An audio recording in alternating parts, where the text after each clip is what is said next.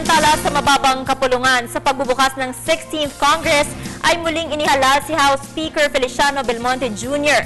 Ang detalye mula sa ating kasamang si Sam Ramirez, live mula sa Batasang Pambansa. Sam, magandang hapon.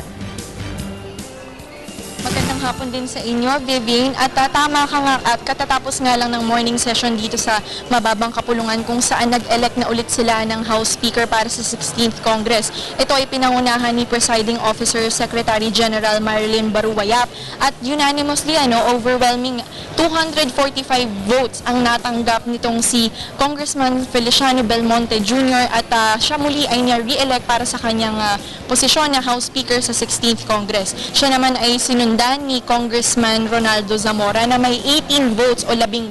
At ibig sabihin po nito ay siya po ay ang magiging minority floor leader. Automatic po ito, no? Kung sino po yung may second to the highest vote sunod dun sa House Speaker, siya po yung magiging minority floor leader.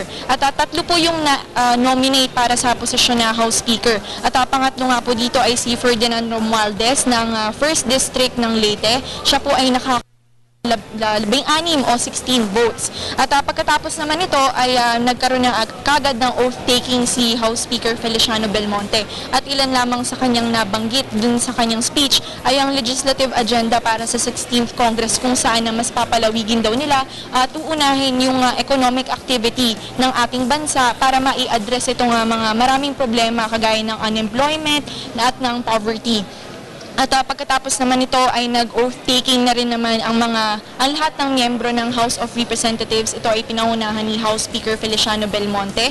At pagkatapos din ito ay again pinangunahan pa rin ni House Speaker Feliciano Belmonte ang oath-taking naman ng mga deputy speakers. Samantala, pagkatapos naman ito ay sinuspende nila ang sesyon para mag-give way sa State of the Nation address ni Pangulong Aquino na magaganap mamayang hapon.